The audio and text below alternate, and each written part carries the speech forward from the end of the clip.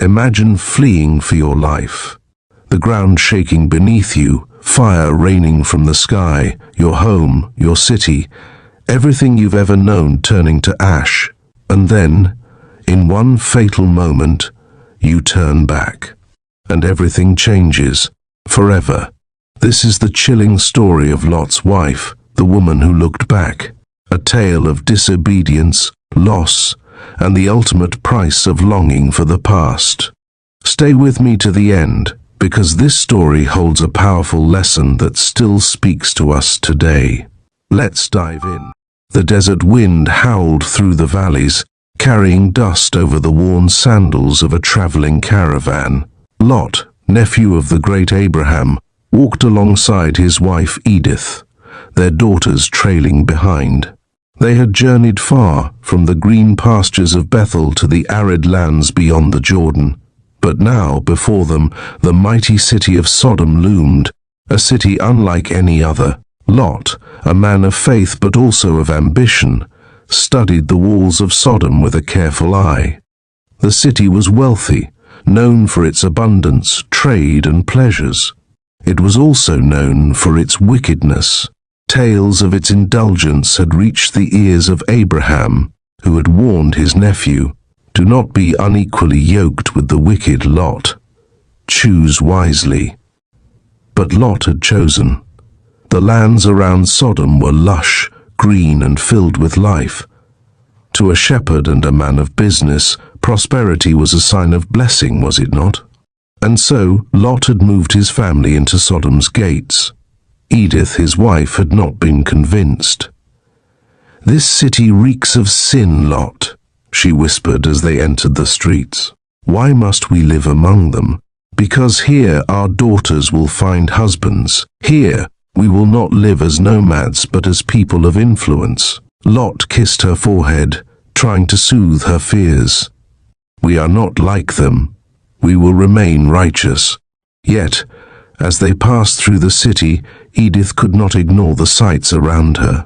Women dressed in silks that left little to the imagination, men drinking from golden cups and laughing at crude jokes, temples filled with incense and the sound of strange prayers to unfamiliar gods. Something about Sodom pulled at her, both in revulsion and curiosity. The streets of Sodom were unlike any place Edith had ever known. The stone pathways were lined with merchants calling out their wares, perfumed oils, rare spices, and silken garments from distant lands. The scent of roasted meat filled the air, mingling with the acrid aroma of incense burning in the pagan temples. Lot held Edith's hand tightly as they made their way through the bustling crowd. Their two daughters, Tirzah and Keziah, followed closely behind, their eyes wide with wonder and apprehension. A man dressed in extravagant robes stepped forward and greeted Lot. "Ah, a new family in our great city. Welcome, friend." His smile was friendly, but his eyes held a glint of something Edith couldn't quite place. Lot bowed his head slightly. "My name is Lot. I come from the line of Terah, nephew of Abraham." At the mention of Abraham's name, the man's smile faltered for a moment. "Ah, Abraham, the desert wanderer, is it? A man of many gods, perhaps?" He chuckled before motioning to the city around them. "You will find Sodom is different, friend. Here we answer to no one but our own desires. We build our own future." Edith felt a chill. The man who introduced himself as Barak led them through the main square. "You will be comfortable here, Lot. Our people know how to live. Whatever you desire, you shall have." Lot hesitated before nodding. "I seek only a home for my family and peace in this land." Barak's smile widened. "Ah, peace is something we rarely discuss in Sodom. Here, we live for the moment." He turned to Edith, his gaze lingering. "And your wife, surely she too will find enjoyment in our city." Edith tightened her grip on Lot's arm. Lot cleared his throat. "We are a family of tradition. We do not partake in all customs." Barak merely laughed. We shall see, Lot. The city changes people. As they settled into their new home, Edith couldn't shake Barak's words. The days in Sodom turned into weeks, and weeks into months. Lot quickly rose in status, his wealth growing as he traded with the merchants of the city. Their home, once modest, became adorned with fine rugs and goblets of silver. But with prosperity came temptation. Lot remained a righteous man, often withdrawing from the excess and debauchery of the city. He spent time in quiet prayer, trying to hold on to the faith of his uncle Abraham. But Edith, she was torn. At first, she had despised Sodom, the shameless laughter in the streets, the public drunkenness, the women who whispered to her of forbidden pleasures. Yet, something inside her changed. She began to admire their freedom, their refusal to live under the weight of rules. The women of Sodom were bold, unafraid to speak, unafraid to demand what they wanted. They were powerful in ways she had never been. One evening, while Lot was away handling business, Edith found herself wandering through the marketplace alone. She had never done this before. A woman draped in golden jewelry approached her. You are the wife of Lot, are you not? Edith nodded. The woman smiled. You do not belong with him. A man so bound by rules will never give you what you desire. Edith frowned. And what do I desire? The woman leaned in close. More than what you have. Edith didn't answer. For the first time, she felt something she hadn't felt before, curiosity. That night, she sat on the edge of her bed, watching Lot as he prayed. Why did he cling to a God she could not see? Why did he refuse to indulge in the city's pleasures? Why did she feel drawn to both his world and Sodom's? She was caught between two lives. One evening, as the city buzzed with festivities and carnal celebrations, two strangers arrived at the city gates. They were unlike any men Lot had ever seen, their faces radiant, their presence commanding. They did not move like ordinary men. Lot, recognizing their divine nature, bowed before them. My lords, please come into my home. Stay with us tonight. The angels exchanged a glance before nodding. We will stay with you, but you must leave the city soon. Judgment is coming. Lot's heart pounded. Judgment. As he led them inside, Edith greeted them politely, but sensed something was different about these men. She watched Lot's unease grow, his hands trembling as he offered them food. Then came the pounding on the door. Send out the men, a voice outside demanded. We know they are in there. Edith's breath caught in her throat. The people of Sodom had seen the angels and they wanted them. Lot stood firm. I will not hand them over. The crowd roared. The angels stepped forward. One of them raised his hand, and in an instant, a blinding light filled the room. Screams erupted outside. The men of Sodom had been struck blind. The angels turned to Lot. Take your family and flee. Do not look back. The Lord is bringing destruction upon this city. Edith's stomach twisted. Destruction? Flee? She looked around at the home she had come to love, the silk-draped walls, the golden lamps that flickered softly. Could she leave it behind? Lot grabbed her hand. We must go, now. She hesitated. The night air was thick with the scent of burning oil and the distant cries of the blind men who'd been struck down by the angels. Lot held onto Edith's trembling hand, his grip tight as he pulled her and their daughters away from the house they'd called home. Do not look back, the angels warned. Run to the mountains, and do not stop anywhere in the plain. Edith's heart pounded against her ribs as they hurried through the darkened streets. Sodom, her home, was about to be destroyed. The thought sent a pang of grief through her. She had spent years in this city, raised her daughters here, built a life that Though sinful in the eyes of her husband's God, had given her pleasure, freedom, and comfort. Could she truly leave it all behind? Tirzah and Keziah clung to each other as they ran behind their parents, their gasps of fear swallowed by the chaos around them. The earth trembled beneath their feet. Then came the first explosion. A deafening crack split the sky, and suddenly the heavens above them rained fire. Screams erupted from within the city as flames devoured the rooftops. The great temple of Sodom, the very one where sacrifices had been made to false gods, was engulfed in an inferno. Lot ran faster. "We must not stop. The Lord is destroying this place." Edith's breath came in sharp gasps. Her feet ached, her mind swirled. Everything was being taken from her, her home, her friends, her life. Then the voice inside her whispered, "Turn back. Just once. See it one last time." She hesitated. The memories flooded her mind. The nights of feasting, the laughter of the women who had welcomed her, the fine linens she had worn. The city had changed her. It had given her everything Lot could not, and now it was burning. She turned. Edith barely had time to gasp before the first wave of searing heat struck her face.